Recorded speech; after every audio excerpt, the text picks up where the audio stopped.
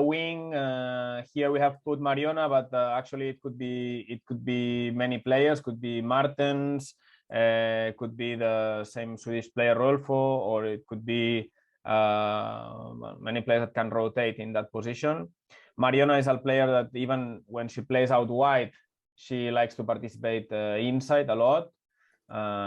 Sometimes the starting position is winger, sometimes she starts as a striker, but she always ends up playing inside. Then here we have Oshoala. Now also she's injured, so this position has been used by sometimes Mariona, sometimes Bruna Vilamala, sometimes Claudia Pina, sometimes of course Jennifer Hermoso, one of the top scorers in the team. And the advanced midfielders usually are Alexia and Aitana Omati, but the rotation also here could come Mariona or Martens as well. And then on the right side, usually you can have Graham Hansen, but also Martens or Chernogocevic could easily occupy this position. So as you can see, like really long squad, different solutions, and the most important thing to underline about this team is like they can have different organizations depending on the profiles of the players, and I think this makes this team really difficult to be defended. Probably you will have I don't know if you will have some questions at the end. I will be free or feel free to ask, and we will answer at the end. Also, if you want to leave the question on the text, it will be fantastic, and Enric will manage. And nothing else.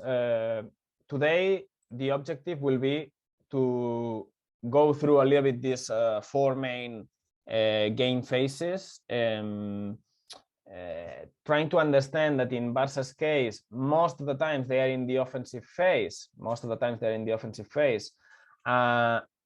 And the defensive transition, because it's a key moment for them to recover the ball and keep attacking in the opponent's half. But today we will go through quickly all the phases. In some moments of every phase, I will stop and I will try to share with you some of the ideas that we have seen, and we will watch a lot of videos from different matches so that you can get an idea of these points. We will not go through the set pieces, but usually they are quite, just to mention that the offensive set pieces, they score a lot of goals from there, either from direct free kicks or just from corner kicks. For example, Irene Paredes, Oshoala, Jennifer Hermoso, like really good players when the balls are in the air. So they are really dangerous in this. And in the defensive set pieces is one of the moments where the opponent team is trying to create danger for Barca, putting balls in the box and trying to win second balls, try to win some duels, some rebounds, some second chances that could give a chance to score. We will see that mainly the opponent team creates problems through transitions, fast attacks, or in the moment of set pieces defending. But okay, this is a basic introduction. One more thing to say about this team. Sorry, I will go back, but well, this team is at the moment unbeaten still this year in the Spanish League. 15 games, 15 wins, 86 goals scored, only 4 conceded. So this is something that you need to always keep in mind when we talk about the analysis. They are really superior to all the opponents in the league, and probably like even Real Sociedad, they are second, and they are quite they are very good. They have very good players, and they are well-trained team with Natalia Arroyo, like really good coach. But they won Real Sociedad 8-1. So I mean that the level is very high. Also in Champions League, they qualified for the next round as a first in the group stage, and they will play against Madrid in the next round as an opponent. So we will have women El Clásico. But yeah, once this is clear and we understand a little bit the dimension of the team or how they, what is the context, I would like to focus a little bit on or going through quickly some examples of the offensive phase.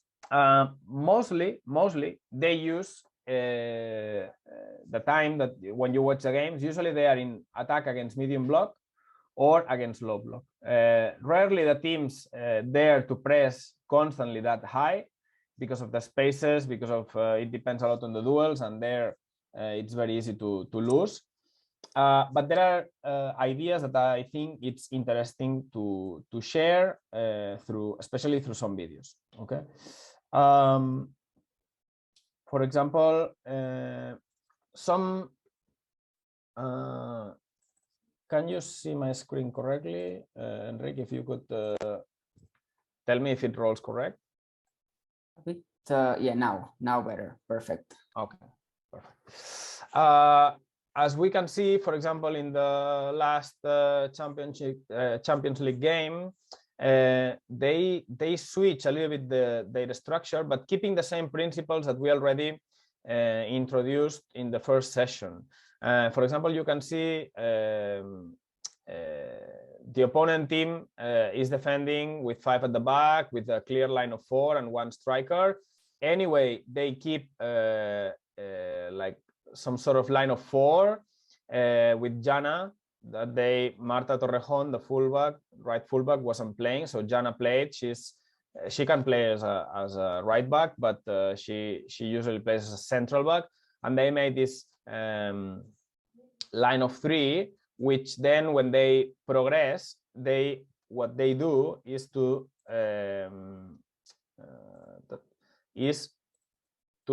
push up, especially these 2 players. Why? To try to progress with the lines of the team, try to not to create so big distances between the lines of the team, progress together, so that in case of course, that we can keep the ball circulation, that we can keep the advantage, but also in case we lose the ball, we are ready to start the press, right? And we will see that this is something that they have in mind. But here you can see a little bit the differences in the structure. The fullback is no longer a traditional fullback. She joins the defensive line and they stay with 3. Leila stays as the only player out wide in the left. Engen as a number 6. Then Alexia and Claudia Pina in this match, she was playing as advanced midfielder, with the 3 playing inside. And then the 3 up top, Rolfo here, Chernegorcevic, and Graham Hansen on the now coming up from the right side. This is something that they have done in many games. I think I remember also against Hoffenheim and some other matches.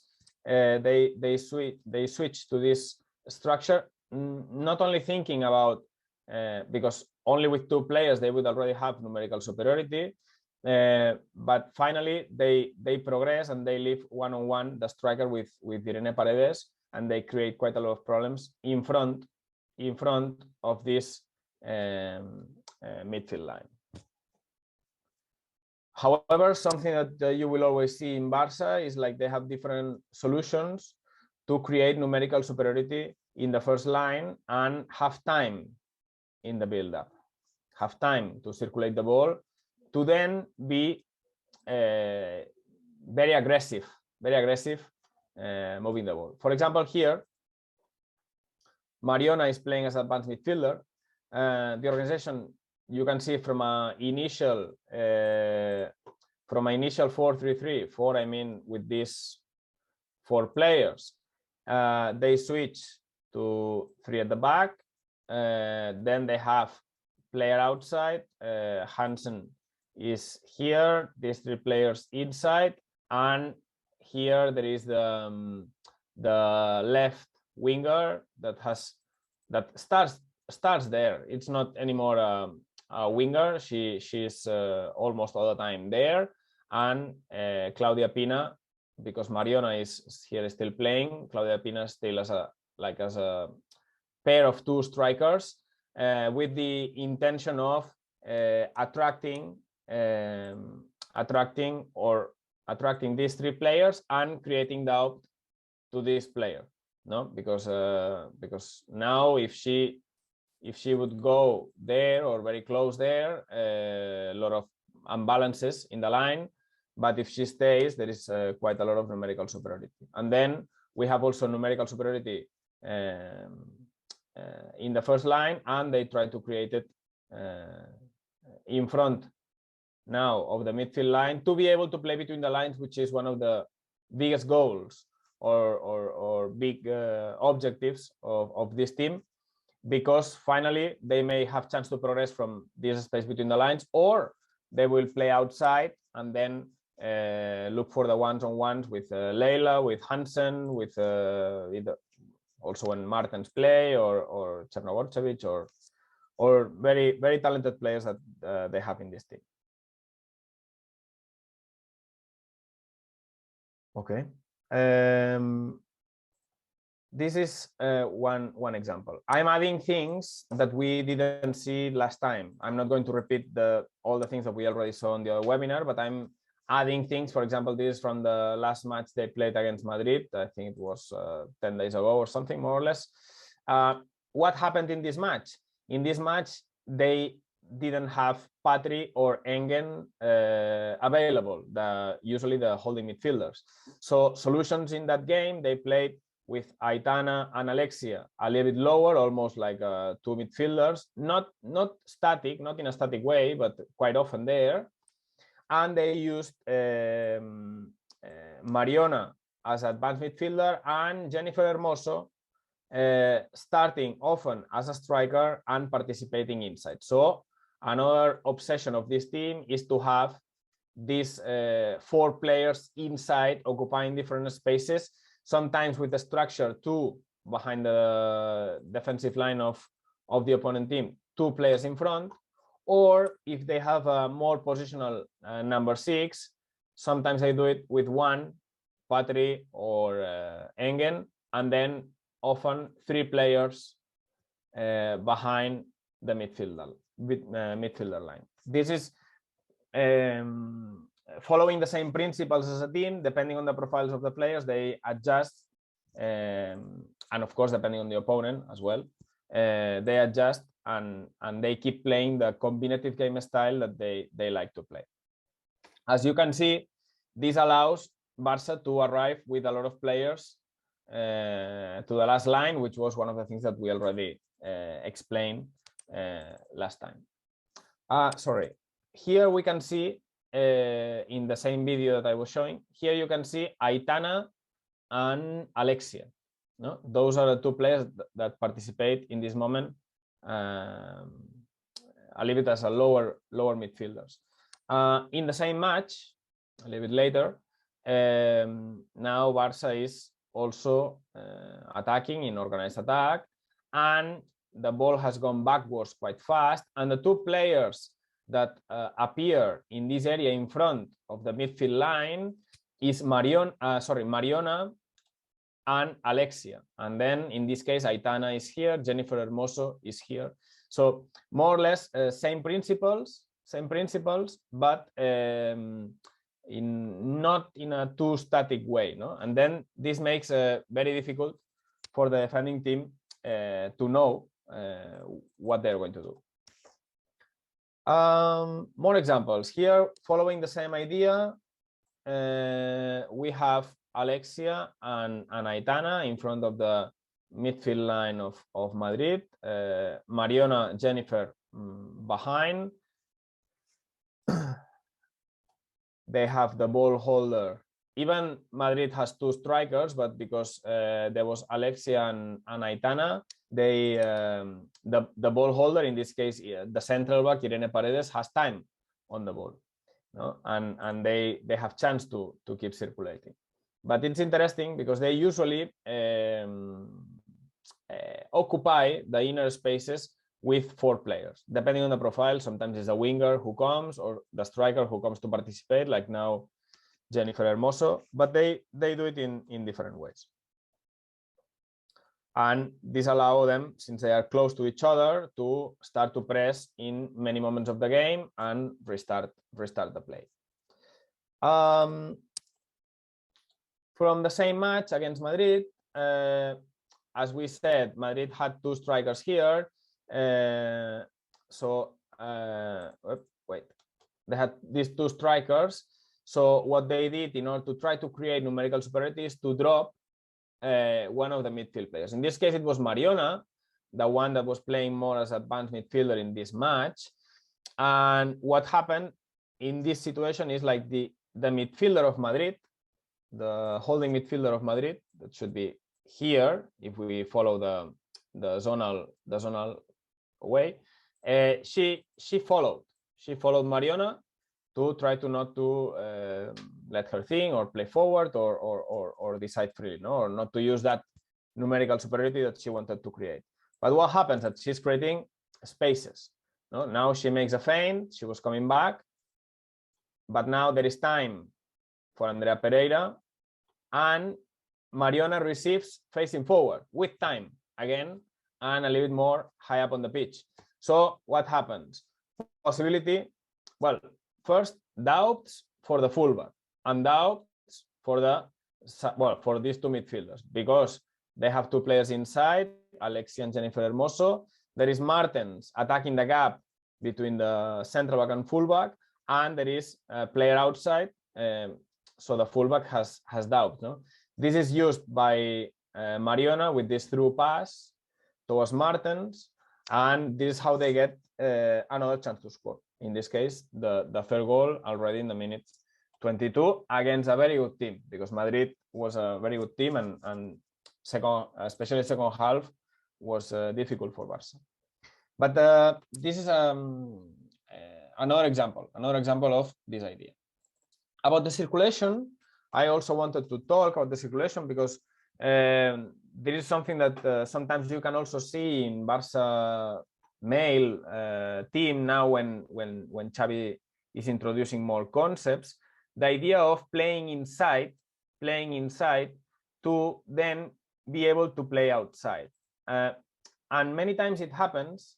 This is one concept that we need to train already with young players at academy level, that sometimes you already have this this pass outside. You already have this pass open. You could give already the ball there, but what happens? This player is ready to jump, and when you put this ball here inside, you make these players run. They have to turn like this. They need to turn their bodies totally, and that gives even more advantage for the attacking team.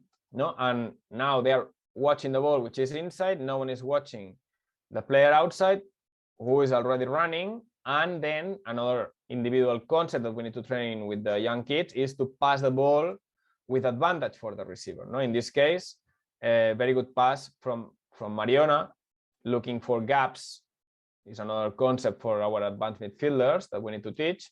Looking for gaps, quick in the turn, and then pass with advantage already outside. And now this player has a lot of advantage to progress. Good first touch, because she has a lot of space and she can run and use her speed. And finally, she got a chance to look into the box and make a good cross for the 1-0. This is one of the keys in the ball circulation. Play inside to then play outside. Sometimes even you have chance to play straight outside. Okay, and another interesting idea that I wanted to share is, and we will jump on to the next episode, is this idea that sometimes I use. When the fullback is the one that has a little bit time on the ball, no, in this case, Madrid, as we said, with two strikers against the two central backs, but there is Engen in front. Alexia has come here. Jennifer Hermoso has dropped also to participate inside. In this case, Marta Torrejón, the fullback, has time. And what happened is that the winger drops. The winger drops.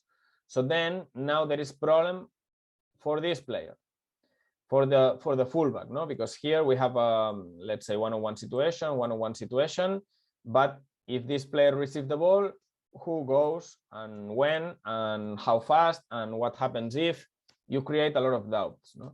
So here is the key, or what they often do is when this winger drops, that the closest advanced midfielder, or if they play sometimes with two strikers, they can also do it, movements to attack this gap. In this case, this defender was defending quite well, so they didn't take so much advantage, but many times they play there to even play wall pass back inside, or this player can get with advantage turn and attack, but they create a lot of problems, and they move already players from the defensive line out, no? This is even more useful when we go to the low block, against a low block, but they do it quite often when they have natural wingers. Okay. The rest of the ideas we already talked last time, so I'm not going to go through again, but I would like to jump onto the low block, which we didn't have so much time last webinar.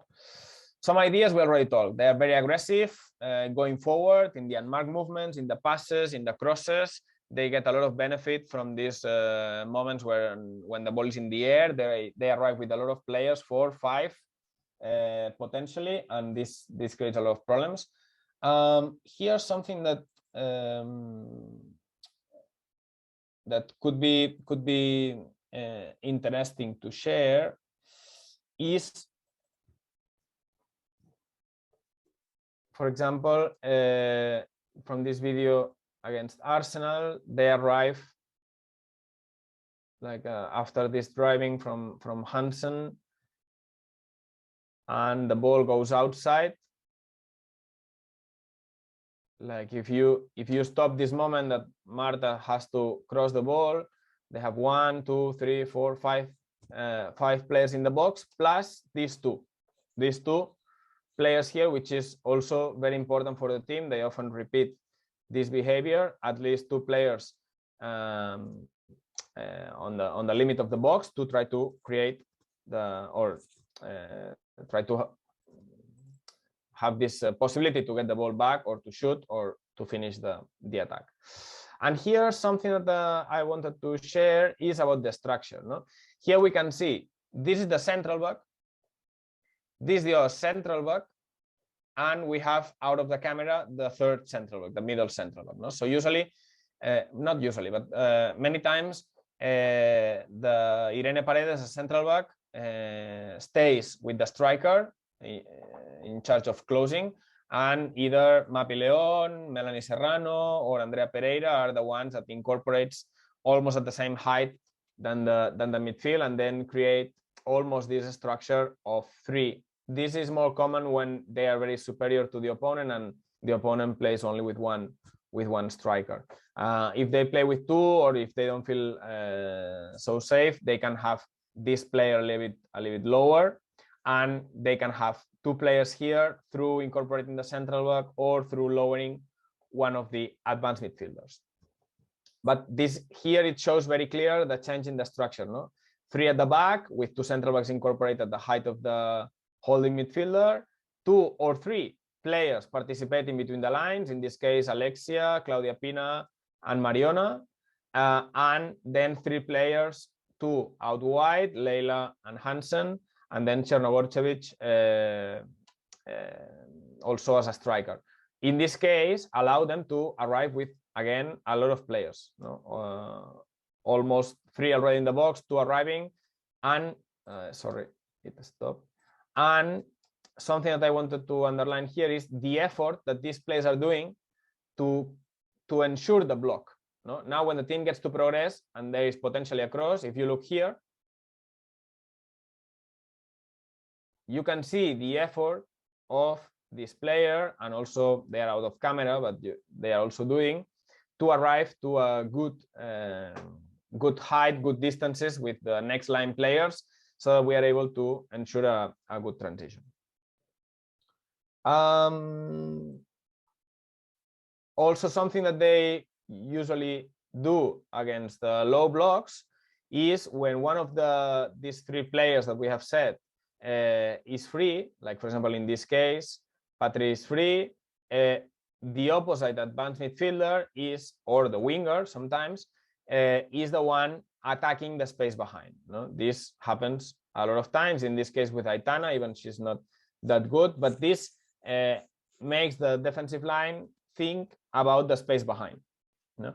And it's very important for the team that the advanced midfielders are doing this these movements.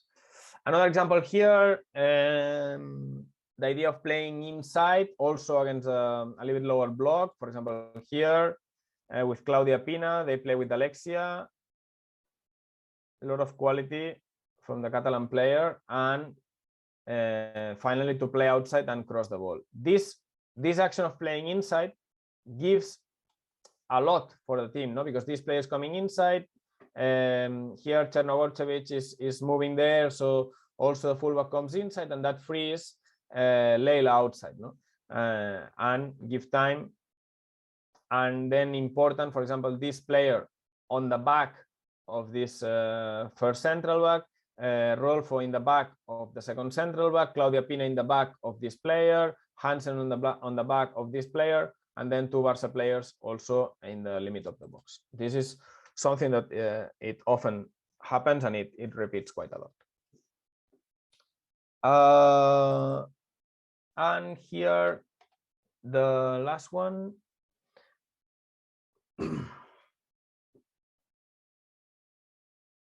Here you can see, again, the structure that we were talking. Irene Paredes is off the camera, but it's here taking care of course, of offering passing line, but later in charge of the striker. Three players constantly here. Mariona now participating a little bit lower to start the play. Jana, important, this run that she's making to have positional advantage over this player, this. And already they can start a combination with this triangle here between Alexia and Mariona and Jana. These small things, like for example, ensuring the structure, but still not in a static way. Mariona has freedom to come and give continuity to the game of the team, receive in front, open spaces between the lines, and then allow Jana to incorporate having positional advantage. Those small details are the key, no, for this team. And then also these concepts that if you like, okay, backwards, yeah, in the moment that Mariona is coming back between the lines, Alexia can come here to give this passing line, but of course she cannot have a good body angle because we are attacking this goal. So in the moment that you receive the ball and you have you are facing backwards, try to have one player already where you can drop the ball at one touch. No, you don't give time to this player or you don't give so much time to come to press, because Jana had positional advantage over her opponent. Now one player has to jump. So the idea of finding always the free player is what makes the defensive action very difficult. No, you need to train a lot this, but this is you can see that this is something that they emphasize a lot, because the whole team, or most of the players in the team, are really good at identifying positional and numerical advantages. I will not say it's easy to identify numerical advantage, but usually it's more difficult to identify positional advantages, and you can see that in this team they have worked a lot this idea.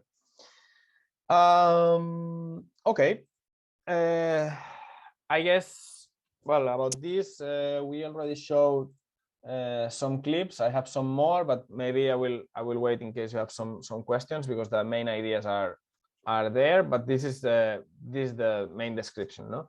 That this team is aggressive also when they attack, not aggressive when they are defending. We will see later, but aggressive when they attack. This is very important for them. Okay, we switch now towards defensive transition. No, we could place the team in the same position that we were against a low block, for example, or medium block. It doesn't really matter. The principles are the same.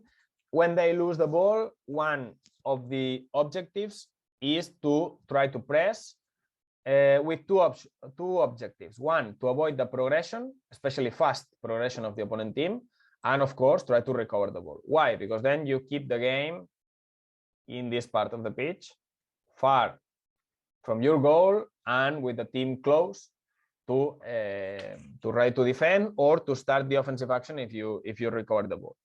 No, this is one of the main things. Then also something that is very important for them is this concept. No, besides pressing the ball holder to reduce the space and the time for this player to think, to pass the ball, to not to let her progress fast, what we need is to control these players, no? Because the transitions are not made magically. The transitions are made through the players, no? So of course the closest players to the area where we lose the ball, they're going to go there and press. Usually 1-2 players are going to press immediately. Even this player, for example, even this blue player should be in charge of closing. For example, this striker, like the main role, if you are behind the ball, is to come and help the ball recovery as fast as possible to reduce the time for that player to think. No, and if it's possible to not to let them put the ball out of this area where they recover the ball. Try to keep the ball there. Try to put pressure with the help of potentially more than one player if possible. Mark the potential players. For example, Irene Paredes, when she's in this role, this is a key. Then the fullbacks or opposite midfielder or opposite central back. Very important to control these players, because those are the ones that are going to be the link to start the fast attack. No? So if you have that under control, the worst thing that can happen is that the ball goes there, so you're ready to press. Important here to not to lose duels. For example, if the player is facing backwards, imagine that the ball goes a little bit in the air to the striker. So for example, here, important to not to lose the duel, but Irene Paredes, with her strength and her experience, etc., she goes 100% to that duel to try to win that ball. If this striker, for any case, is facing forward and is trying to challenge her in one-on-one, the behavior of this player obviously changes. She starts to temporize, to play for time, because the opponent has the ball, has advantage, so you don't let her challenge you so easily, and then you give time to the players to drop back, to help. And this is the last idea that we need to underline here. No? Something that they demand in the team is 100% efforts to defend backwards to help the recover of the ball, or if you cannot recover the ball, then we can create the block as fast as possible with 7-8 players behind the ball in the shortest possible time. No? But the main objective, this would be in case that they get a little bit out of that area, but the main objective is to press. For example, I think this is one of the goals against Real Sociedad, if I remember correct. They lose the ball here, and well, I'll let it roll first.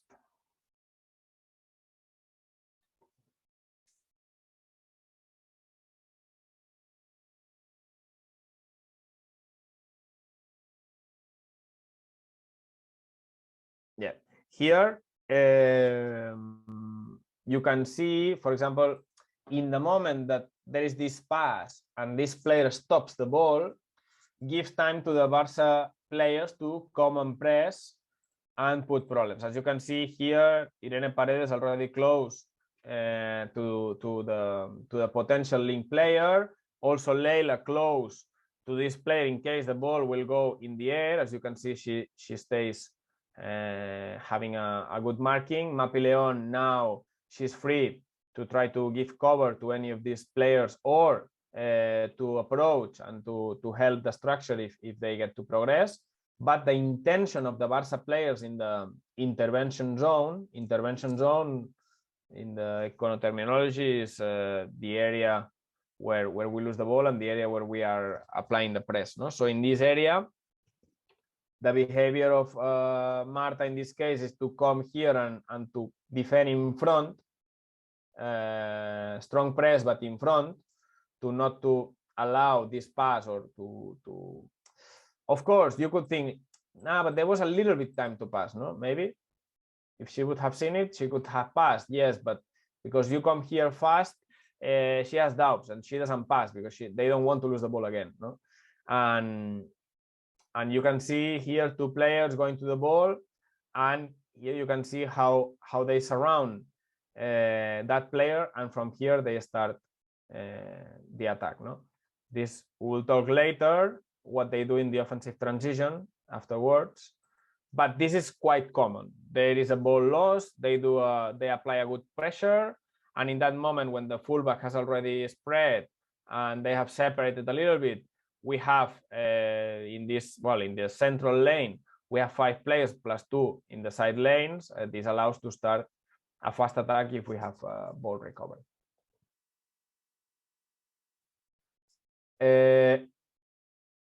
Also, something that helps a lot this team is, for example, we will see Real Sociedad, a team that was they decided to keep the line quite high, as you can see, no space between the lines, but still 2 players trying to defend inside, but ready to start a counter attack when there is ball loss. No?